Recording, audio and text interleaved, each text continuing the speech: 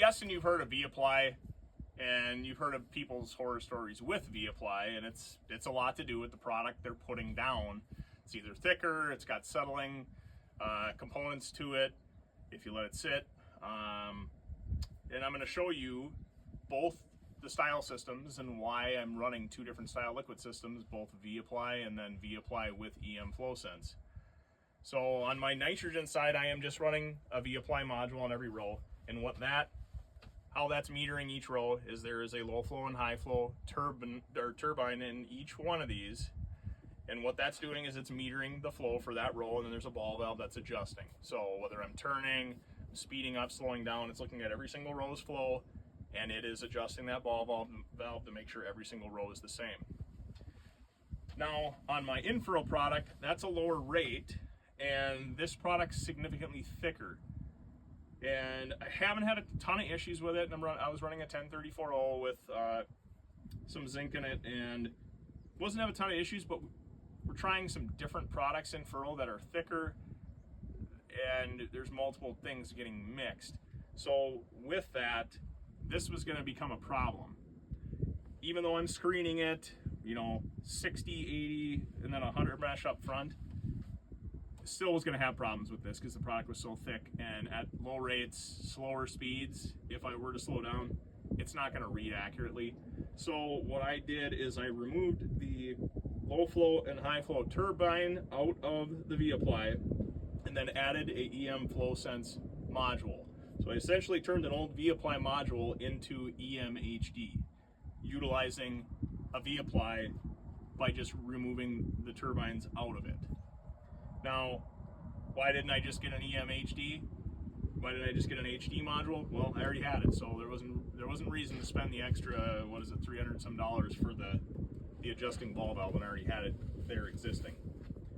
To switch it over, really easy, matter of plugging it in this module and then just jumpering it into the system. Now, what sets this apart from running just your standard Vapply is that there's no moving parts inside this. It's an electromagnetic flow meter, almost identical to what they use in the manure industry to meter flow. Well, as you can guess, manure isn't the most consistent product. It settles, it's solids, it's liquid, it's kind of everything. So what this does is it's able to meter that and doesn't have issues with blocking up or not being able to read the flow. The other big benefit over running EM FlowSense with an HD module over Vapply is the calibration process. Vapply, the calibration process is supposed to be 3 bucket tests where you run it for a minute, you got your set amount you're supposed to collect, and then you put in calibration factors and you do that bucket check again, and then you hone it in a little tighter, then you do that bucket check again.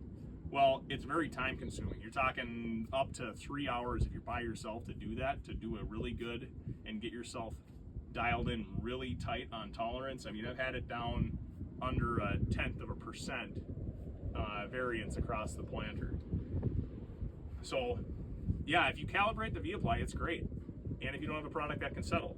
Where the EM FlowSense, my calibration process of that is I turn the liquid system on, make sure it's consistent flow out of all the rows, shut the system off so that there's product in the EM FlowSense, and I go to calibration and I zero all EM FlowSense modules. That's the calibration.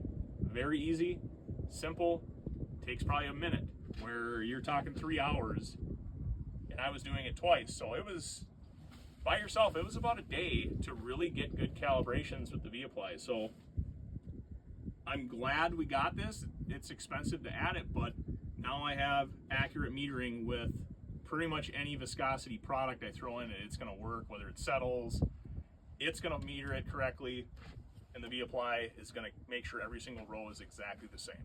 Whether you're turning, speeding up, slowing down, you have consistent rate across all your rows. That was really the big reason we went to this, especially on the in-furrow. So if you have any other questions pertaining to any of this liquid stuff, how I'm applying it, reach out. I can pretty much go over whatever you want.